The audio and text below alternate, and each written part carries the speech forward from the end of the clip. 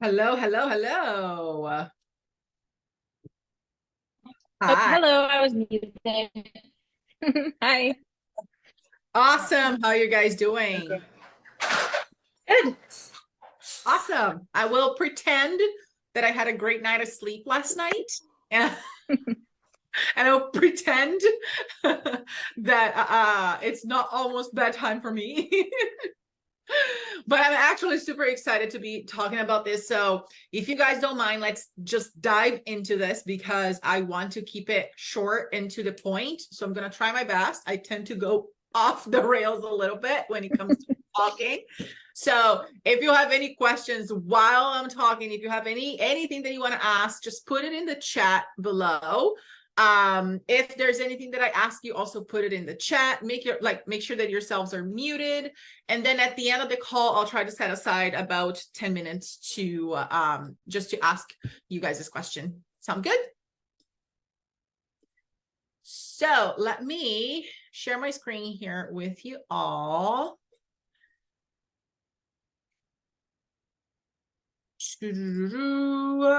Here.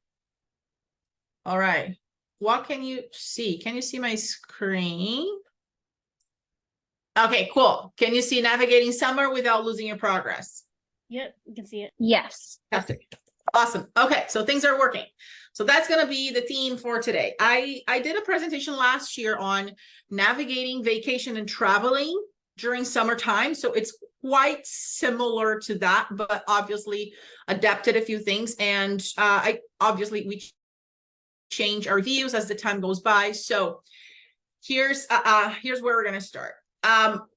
What the holidays, so the holiday season, right? Christmas, Thanksgiving, New Year's, what the holidays and the summertime have in common. Do you know? You can put it in the chat below if you know what they all have in common.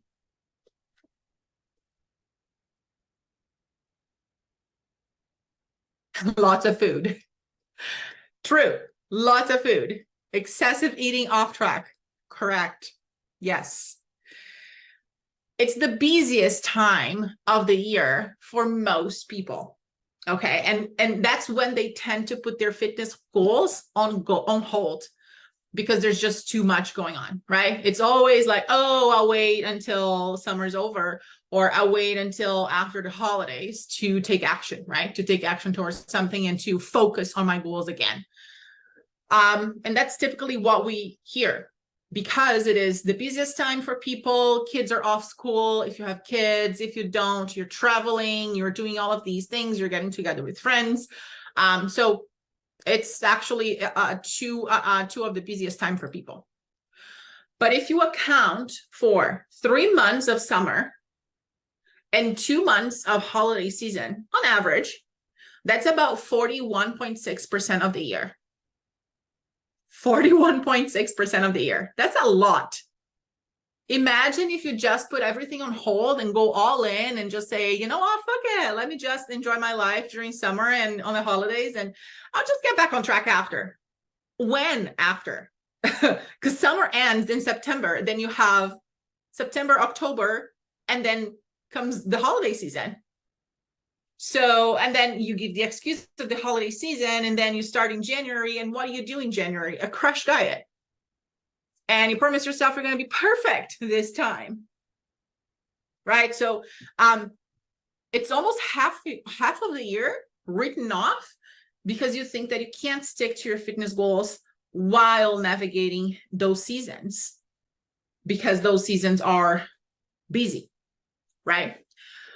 So trying to make up for on the rest of the year and trying to be perfect for the rest of the year will just perpetuate the cycle of yo-yo dieting and never getting anywhere.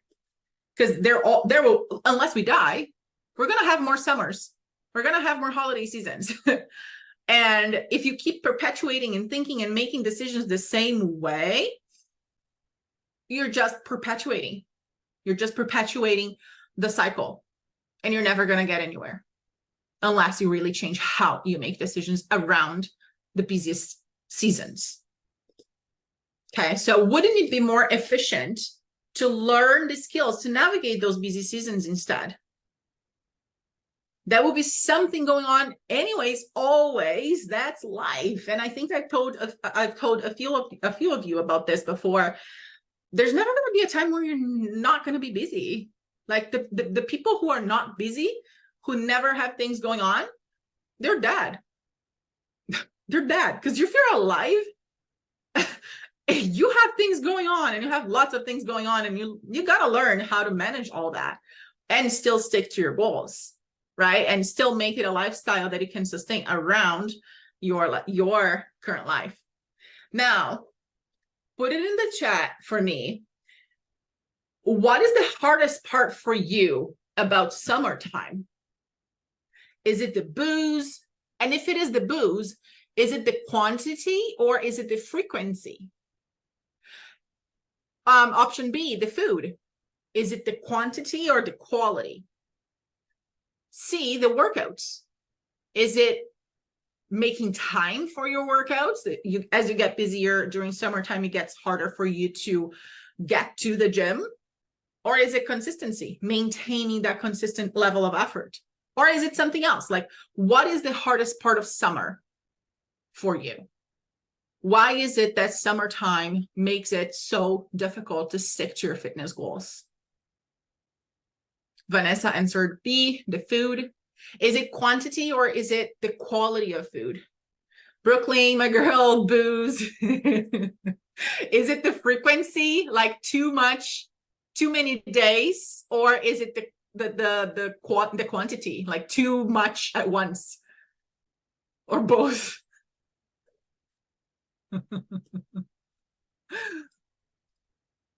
Quantity, quality, family's barbecue, going out to eat. Okay.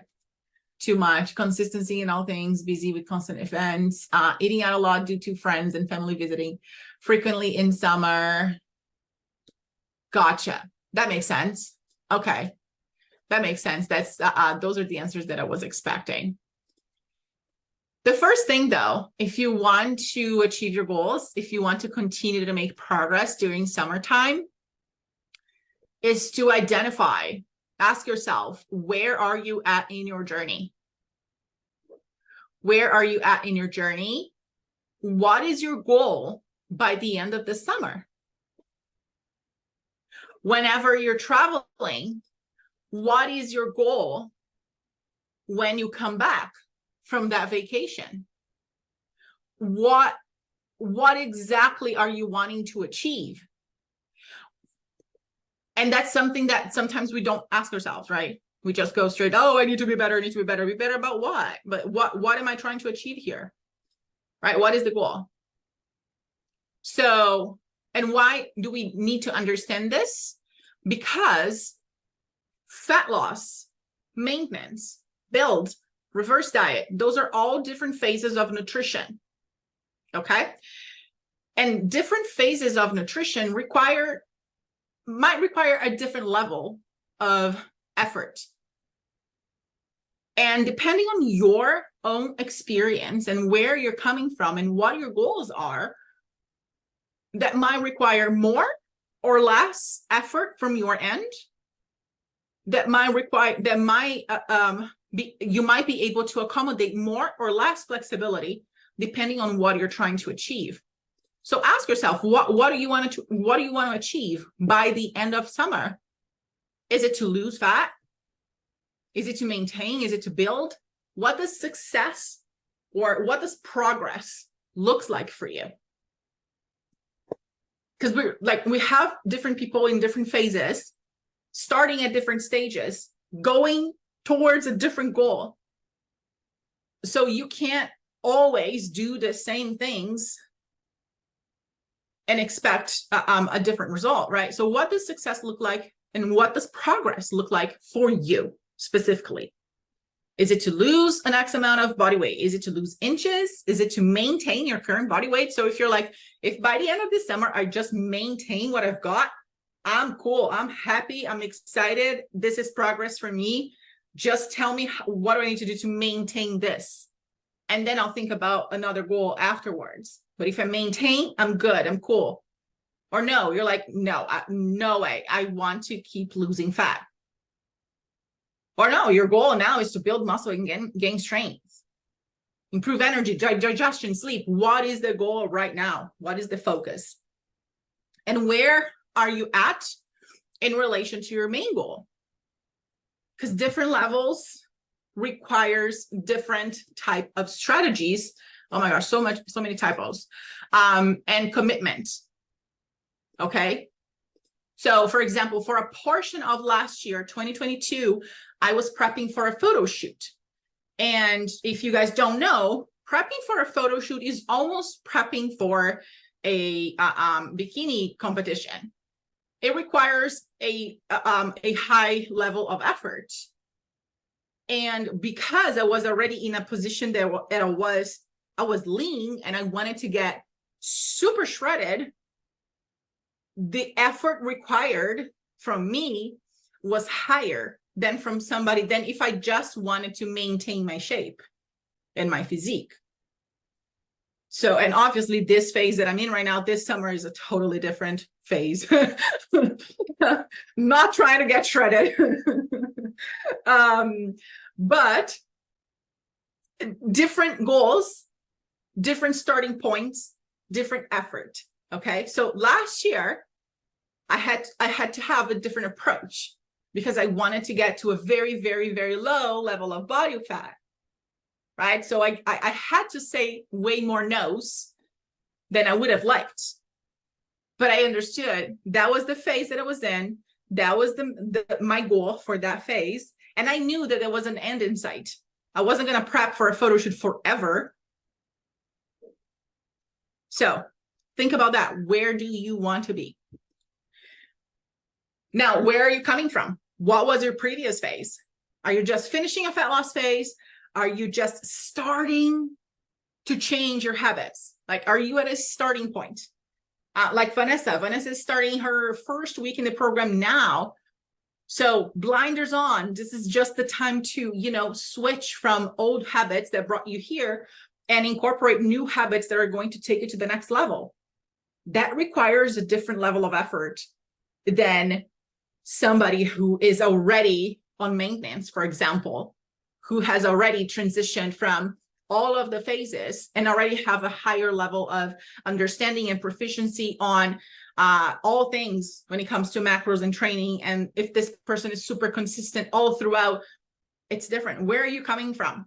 And if you're finishing a fat loss phase where you've lost a considerable amount of weight and you've lost a considerable amount of body fat, your body might be now in a very good position to accumulate more fat if you're not smart on how you exit the fat loss phase, right? And how you enter a maintenance phase.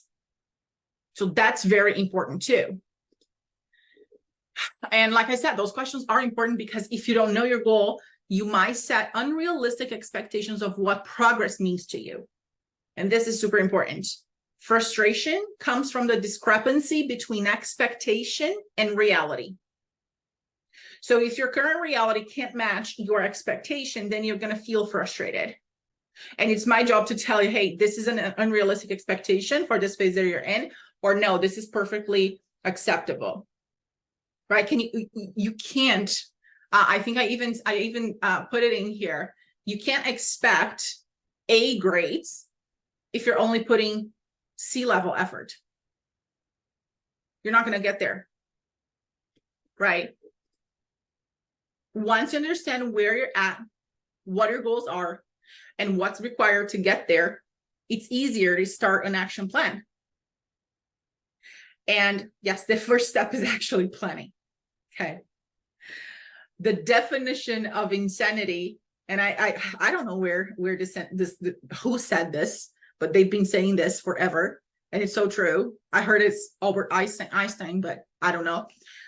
The definition of insanity is doing the same thing over and over and expecting a different outcome.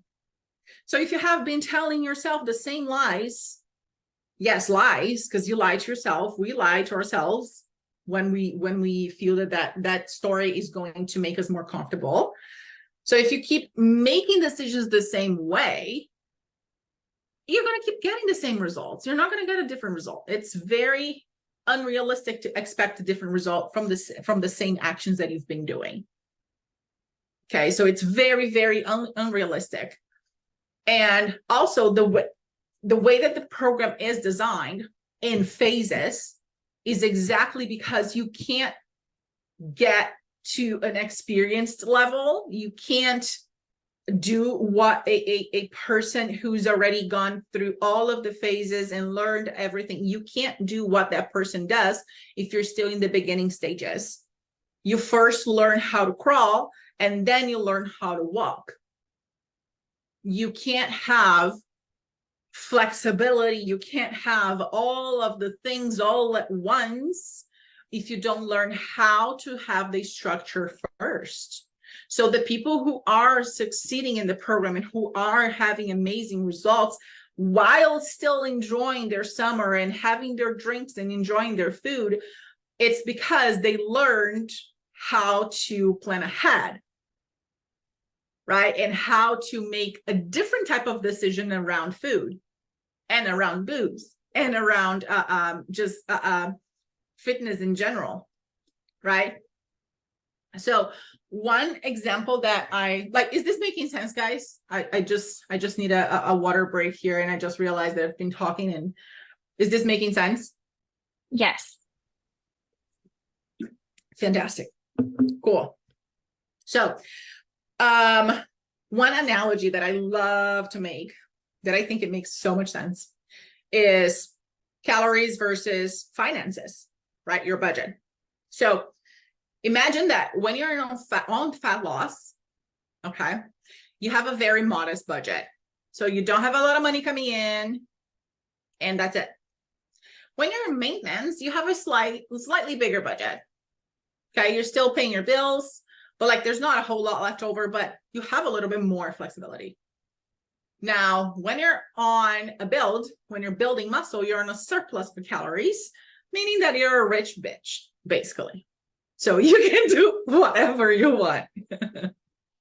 You have a lot more flexibility. Okay. So if you are on a fat loss phase, but you're acting like a rich bitch, guess what? At the end of the week, you'll no longer be in a fat loss mode.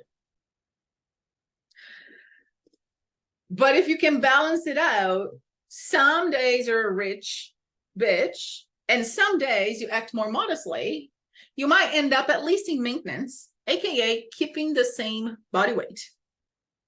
So that explains why many of you have been, months and months on end around the same ballpark. Nothing is really changing, because you should be acting like you have a very modest budget. And you might do that on the weekdays, but then on the weekends, you act like a rich bitch. And then you just erase everything that you did before, right? So there's this discrepancy there. If you truly want to lose fat, then overall, you need to live on a modest budget at the end of the week. Like at the course of 7 days, you need to be more modest with your choices, right? For example, when you're living modestly, when your income is not that big, when you're just, on a tight budget, you don't go out and splurge on a Chanel bag just because you want it to, right? You might really, really want that Chanel bag. Like, I really want it. But do you go and get it? You could, but then there would be consequences to that, right? You'd max out your credit card. You would, like, whatever the case may be, if you don't have the money to pay for the Chanel. So it's not the right decision at that phase in your life. You might be able to buy a Chanel later on in your life when you have a bigger budget. But right now, you just need to focus on paying your bills and being paying whatever you need to pay to maintain your life, and wait for the Chanel. Wait until you have a bigger budget to splurge on a Chanel, right? Because if you go and buy the Chanel, you're probably going to be you're going to be fucked if you don't have the budget for it.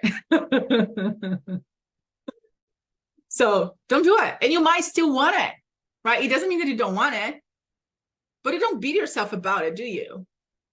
Like, You just know, okay, in this phase that I'm in right now, it's not smart to buy a Chanel. So I'm okay. I'll just wait for it. I'm not going to be here. Oh my gosh, I can't buy a Chanel. My life is terrible. I'm restricting myself of a Chanel. But some of you are doing that with food and booze, right? So when you have a tight budget in life, you become very creative, right? Like think about college time when you had very little money, you had no money. You're very creative with the little money that you had. So you find ways to pay your bills, you look for alternatives to save money, you find new bargains, you say no to possibilities of going over your budget. At the end of the day, you pay more attention to budgeting overall. You track your expenses, you track your income, and you become more aware of where your money is going and how you're making decisions. So you try to maximize the little money that you have. You try to maximize that tight budget as much as you can. You stretch it very thin as much as you can, right? Finding alternatives. When you have a more available income, when you start making more money, then you start splurging a little bit more as you have more room to pay for your responsibilities and to allocate some of the funds to those nice to have items, right? So that's how I want you to think about when it comes to calories, macros, and how it affects our decision-making process.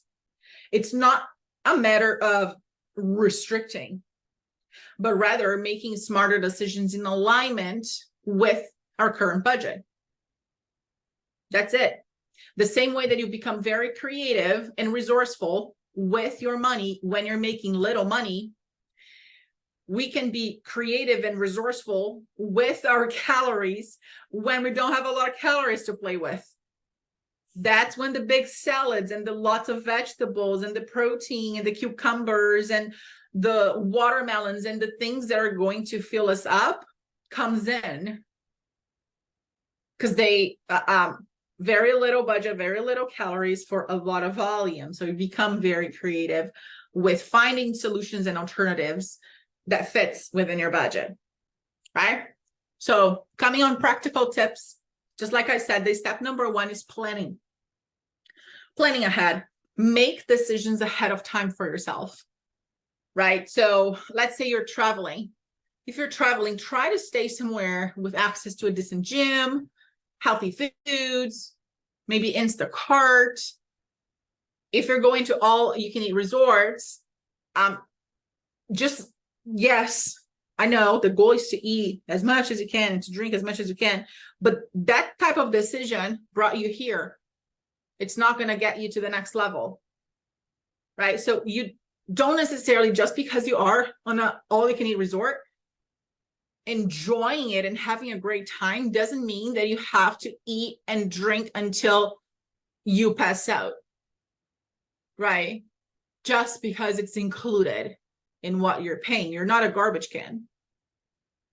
Same thing with foods that are not going to add value to your life. Like, be very picky about the calories that you choose to indulge on. Like plain food, airport food, same thing. Like, try to not waste your budget on things that are not going to be worth it. Maybe wait until you get to the destination, sit down, have a nice meal, right? Even if it's, the same amount of calories, those calories, sitting down and sharing a meal with somebody is going to be more worth it or memorable than just a quick, like, dry, plain food. You know what I mean? So those types of decisions are important when you're out and about. Now, when it comes to weekends, same idea. Not every weekend or every event is a special event, is a special occasion.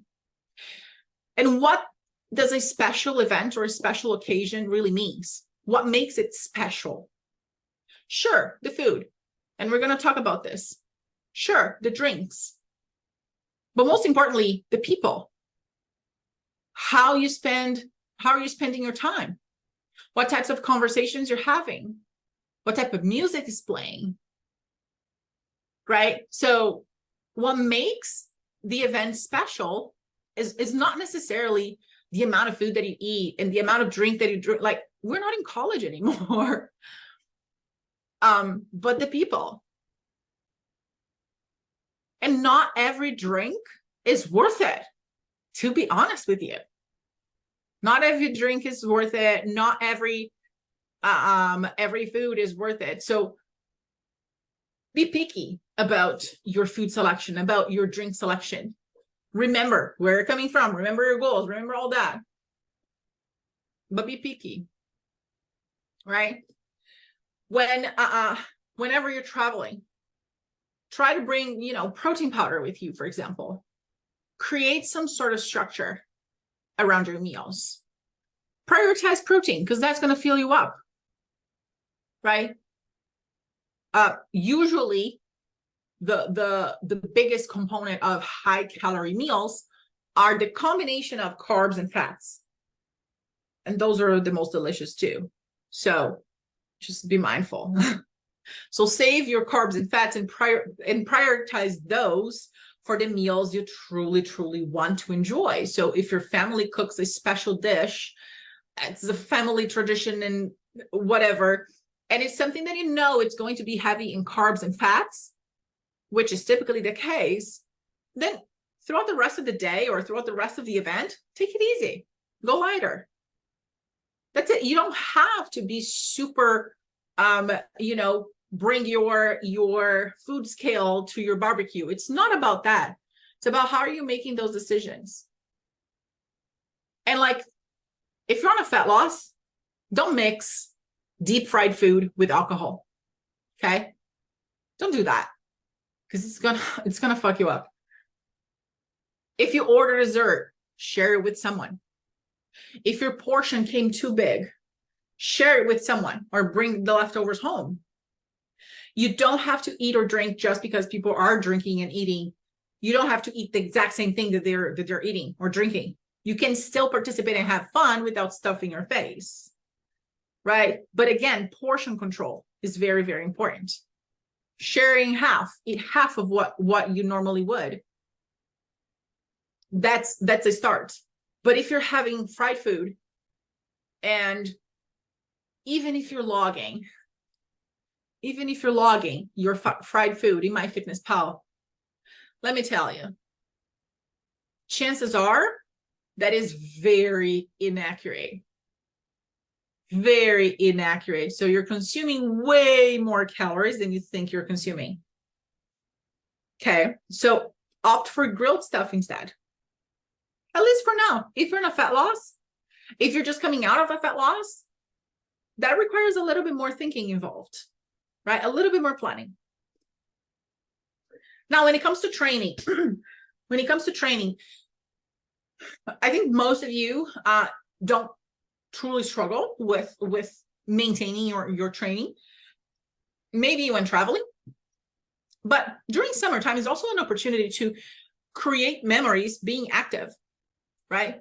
I don't want you guys to become robots and slaves to the fitness program, but rather find out what else can you do that can keep you active, that brings you joy, that brings your family together. Like my husband and I, we got into the habit of walking our dog together and going for those long walks together a couple times a day. And that's a ritual and that bonds us. That's when we talk about the day and, it's, we look forward to it. And I'm sure we're going to do that with our daughter too. But what else can you do? Like, can you go for long walks with your family? Can you go for, go to different parks, hiking, do different sports, try out different outdoor activities, kayaking, I don't know. But like, how can you be more active on the weekends and also do stuff that brings you joy, that brings you life, that enhances the quality of your life, right? That it's not totally surrounded around food and booze. right? How can you create that memory, those memories? And when it comes to training though, if you're traveling, make sure that you are getting some sort of strength training in. We have been adapting you guys' training for travel workouts. So anytime, and that's why we added the question, if there's any trips coming up when you guys do the check-ins, so we can plan ahead and schedule those travel workouts.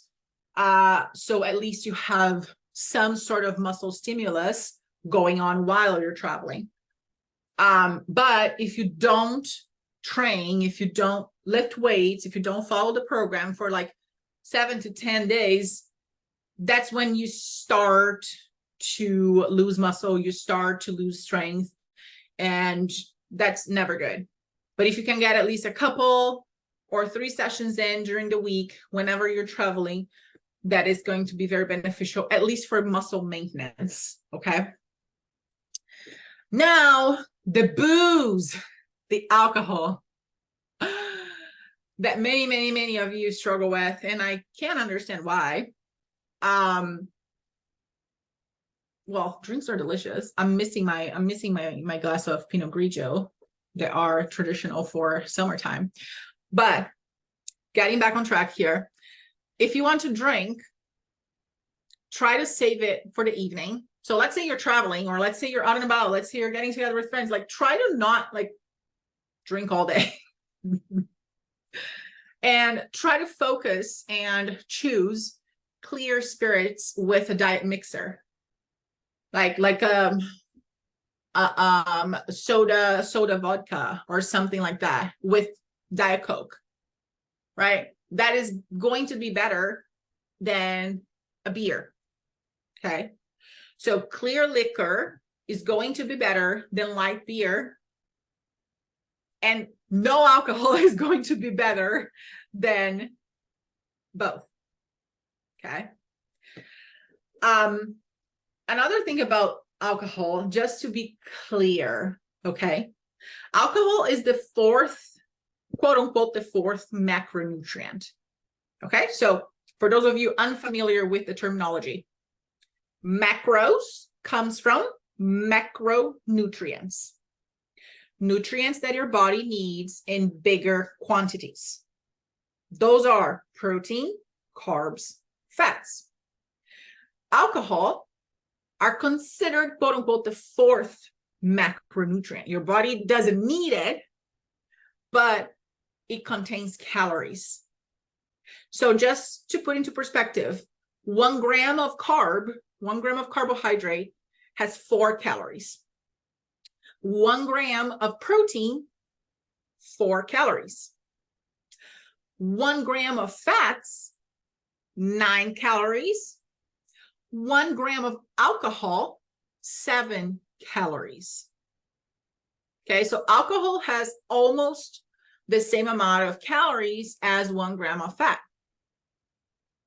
Plus, it is not a needed macronutrient. It's something that our body identifies as a toxin. Okay, so it comes with all the negative effects.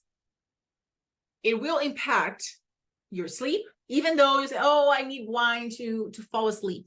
Yeah, but how is your energy levels the next day? Right? So it affects your sleep, it affects your performance, your recovery, muscle building, fat loss, everything. It gets in the way of everything. Okay, so the body pretty much stops everything to metabolize and get rid of the alcohol in your body. So what I want you guys to understand, for those of you who are tracking your calories, tracking your macros, I know the numbers are important for us to track and see where you're at, but just try to get away from the mentality of, oh, if it fits in my calories, that's fine. If it fits in my macros, that's fine. Yes, but no, it depends. Okay, especially when it comes to alcohol. It's not just a matter of if it's in my calorie budget. It's about understanding that you're making the choice to slow down your progress. Literally. Now, I'm not saying do not drink. Okay. 1 or 2 drinks a week under the right context, absolutely fine. Absolutely fine. Right? The studies have shown like there's no true impact long-term under the right context. 1 to 2 drinks a day. But more than that, sorry, 1 to 2 drinks a week, not a day, a week. More than that, especially in just one night. So like one night, you're just getting wasted. That can have a much bigger impact than you might think. Oh, it's just one day. Yeah, it's one day, but you drunk for a family of 15 all at once. So, plus something that nobody thinks about, it's also nobody ever craves broccoli when they're drunk.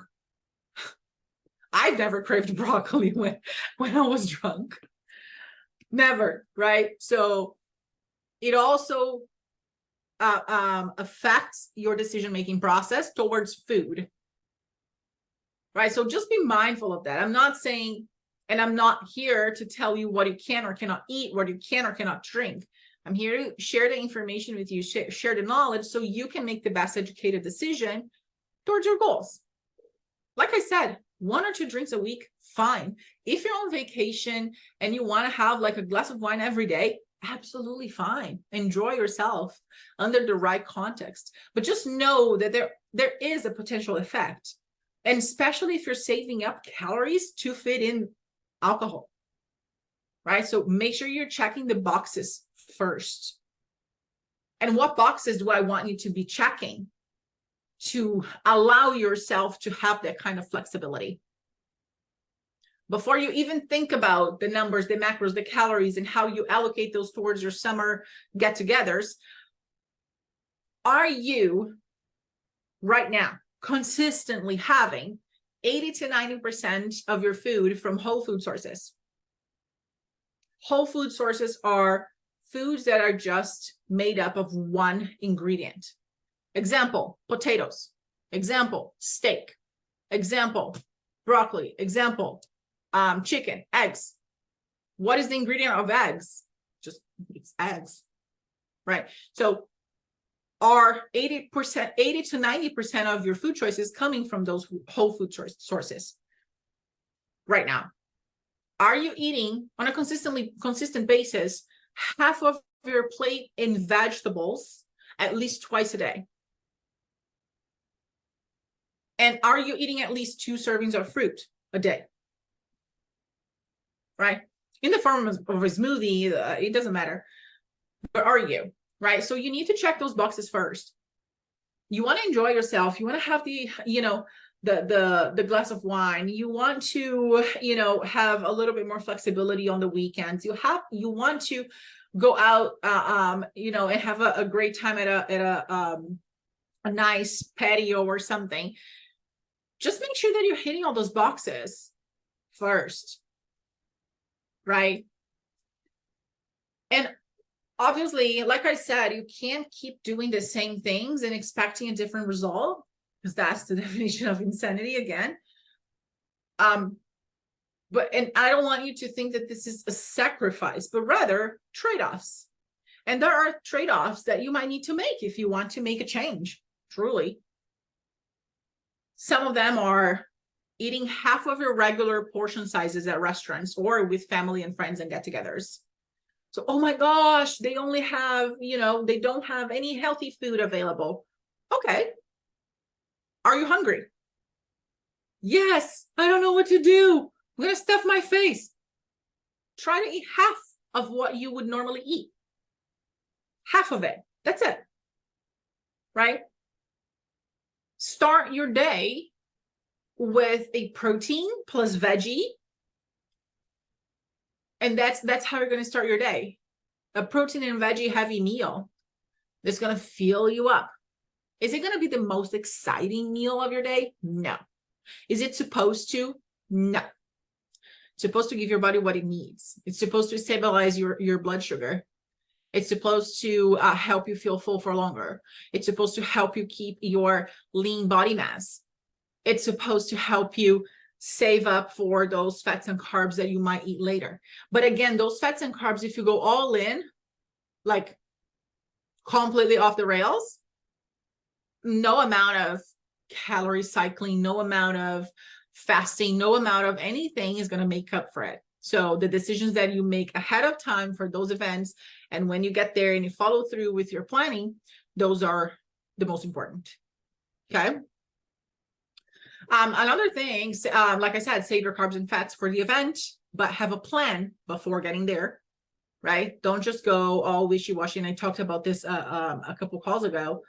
Oh, I really wanted to, but I can't. You can. You're an adult, and I'm not here to babysit anyone. So I'm not giving yourself permission or not giving yourself permission on what you can or cannot eat. But if you want a different result, you might need to make your decisions differently. And that starts with planning ahead and sticking to your plan. And when you get to the event, you don't just, oh, I wish I could. No, you own it. You own it. You make the decision ahead of time. You get there. You've already made the decision. Nothing's going to change your mind. Right? Nobody's going to change your mind. Be firm about it. And people don't care. Like, truly, people don't care. People don't care. People are not going to say, oh, you're just eating half of my potato salad. Why are you not eating the whole thing? They're not going to say that. And even if they do, like, oh, I'm not hungry. Deal. End of the conversation.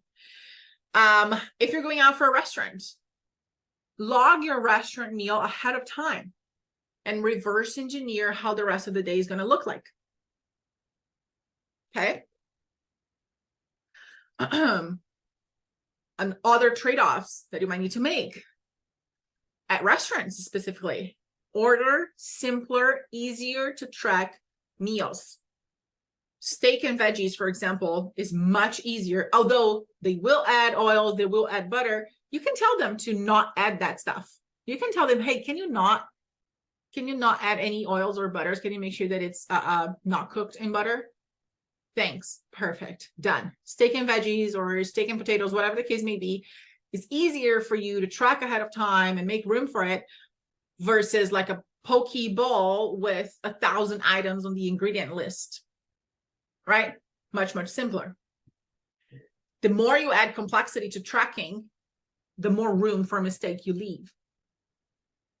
Now, when you're not traveling, when you're not having events, when you're just living your life, working and doing your own things, simplify. Simplify. Eat similar foods every day and stick to whole food sources. Why do people start in the program on a meal plan? Because we simplify. It's much simpler to just, hey, this is what I have to eat today. This is what I need to eat today. This is ready.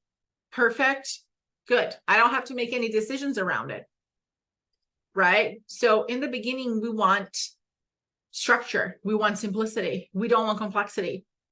That's why we do a meal plan in the beginning for most people, right? And then we transition into tracking, because then there's much room for error and guesswork and mistakes, and there's a learning curve to that as well, right? But even if you are tracking, create your own meal plan. I've talked about this multiple times. Instead of tracking the whole day and getting to the end of the day not knowing if you're going to hit your numbers, just pre-track, pre-log it ahead of time, pre-plan your meals for the next day. Need to change anything? Perfect, no problem. Don't stress about changing your numbers or changing your meals on the day of. At least you planned something. At least you planned something. And you got that decision out of your way. Because that's the goal, right? You create a meal plan for yourself in MyFitnessPal or whatever fitness tracker you're using. If you're using our own tracker, create a plan for yourself, stick to that. You don't need to make any decisions, right? Simplify. Also, simplify how you split your meals. Instead of 3 meals and 347 snacks, make it 2 to 3 bigger filler meals. You're going to feel more satiated. You're going to feel more, you know, you're not going to feel hungry all the time. You're not going to need to snack a lot. So 2 to 3 bigger filler meals. Another trade-off, grilled versus crispy. So avoid the fried food. Obviously, anything in moderation, sporadically, under the right context is fine. Don't beat yourself about it. But if every weekend or, you know, on a regular basis, you're having fried food, you're having fried stuff, and that's how you make the decision, because that's the automatic decision that you make, you might want to rethink that, especially analyzing your progress. If you're making progress, fine. Are you heading towards the right direction? Fine, absolutely. So you're doing the right things. Are you not? Then we need to review your process of making decisions around food, right? And you might want to swap your fried food for grilled stuff. Lastly, don't let one bad day, quote unquote, turn into a whole week. You always have a choice. You can always get back on track, one decision away. So if you plan things and it didn't go according to plan, and you didn't know how to navigate this situation in particular, that's absolutely fine. You're not a failure. Just get back to the plan next opportunity. That's it. The sooner you get back on track, the sooner you will, the sooner you get the results that you want. And the sooner you make it a lifestyle, because you're not going to beat yourself up about every mistake, and you're not going to make it, you know, let it snowball into the next week. Another thing, on holidays, on you know, vacation, on whenever you're traveling, obviously enjoy yourself, right? Enjoy yourself. But I would highly recommend trying to avoid major I want to enjoy myself moments when it comes to food and when it comes to drinking, right? Especially during the day. So if you start your day like with a very heavy, like a Nutella pancake for breakfast, you're probably setting yourself up for failure, because at night you're probably going to have another dinner out or lunch out, and then you're screwed, because then it's a lot of calories all at once. So if you're traveling, like, try to accommodate, like, one day you prioritize a heavy breakfast because you truly want it and like it, and it's a nice place to have a nice breakfast. Then the next, and then you go lighter throughout the day. Then the next day you skip breakfast, you fast, and you prioritize a heavier dinner. Then the next day you know what I mean? So you make trade-offs, and you can choose which of those meals you want to prioritize, and create some sort of portion control whenever you're a buffet style, or you have, you know, you're at a barbecue with family or something like that, and they want to stuff your face with food. I don't know you guys, but Brazilian families are like that. They want to see you eating all the freaking time. They're not happy until they see you eating everything and repeating and like sweating. So you have to be like, set really hard boundaries, but have like that portion control. Have one plate, little bite of everything. That's it. Right? Eat slowly so you're enjoying it. And it lasts longer when you're eating slowly as well. Drink your water and enjoy the people, right? If people ask, oh, I'm on this diet and I can't have this. No, that's not the right answer. That's not how you position it. Why? Because people are just going to say, oh, live a little. Oh, live a little. Oh, you enjoy yourself. It's just one day. It's just one piece of cake. It's just this. You leave room for people to try to convince you otherwise. But then if you're just like, yeah, I don't really want it. You're like, no, okay, fine. End of the conversation. Or no, I'm not really hungry right now. Oh, or I grab a bite later. Like something that do not lead into the conversation of dieting. You know what I mean? Because then you leave room for people's interpretation and trying to convince you otherwise, and it's just boring. So another thing that could work, depending on the phase, and I'm going to be very I forgot the word, but I'm gonna make sure that this is emphasized.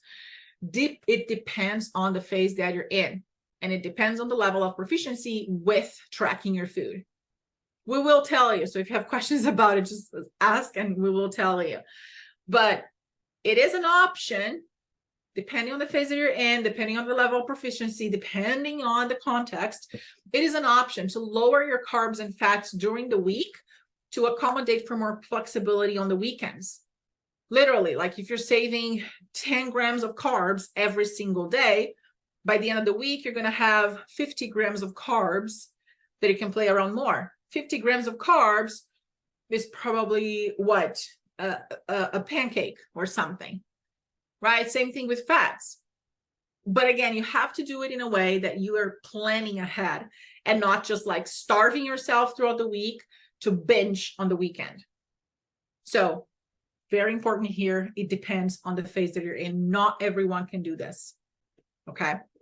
And if you're on a meal plan, that's something that we can talk individually on a case-by-case basis as well. Okay. Again, I want you to enjoy yourself. I want you to enjoy summer. I want you to have that balanced life that you're looking for, but balance is also earned.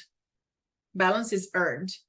And if you guys have been working with me for a little while, and if you are planning on continue working with me for a little while, you will notice that next summer, things are going to be much easier to navigate because you've already done it and you've already had the experience, right? And the more you repeat it, the better you become at it. And then it's just a lifestyle, it's just who you are, right?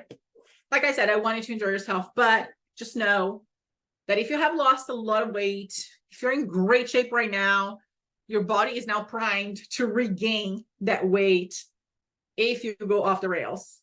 So just be conscious, right? That's why we created the reverse diet phase.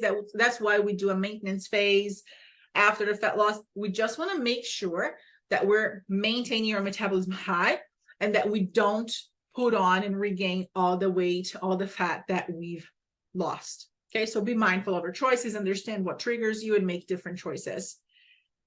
And lastly, I think this is the last tool when it comes to traveling, which is fasting, right? So whenever you're flying, whenever you're even road tripping, you can fast. You cannot eat for the duration of the flight. For example, just drink water, coffee, tea, and then you save up calories for when you arrive at the destination and avoid all the bloat and digestive issues that usually happens when you fly, and that usually happens when you fly and eat crap, right? So that's the last tip that I have there for you. And any questions?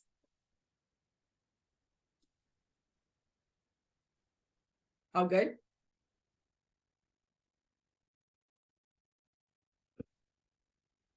All right, guys, I tried to make it short, just right under 1 hour. I hope that this was helpful though. I will save the recordings and I'll leave it in the app under the group recordings. I don't remember the name of the groups. I don't have a brain right now, but it's going to be there. It's going to be saved. If you guys got any insights that were helpful for you, drop it in the WhatsApp group, share it with the ladies, anything new that you learned or anything that you think might be helpful for you to navigate the rest of the summer. Also put it in the WhatsApp group. I would love to know. And yeah, if anyone, if you guys don't have any questions, then this is a wrap up, and have a great rest of the day and great rest of the week. Thanks, Andrea. Bye, guys. Thank you. Thank you so much, guys. Bye. Bye.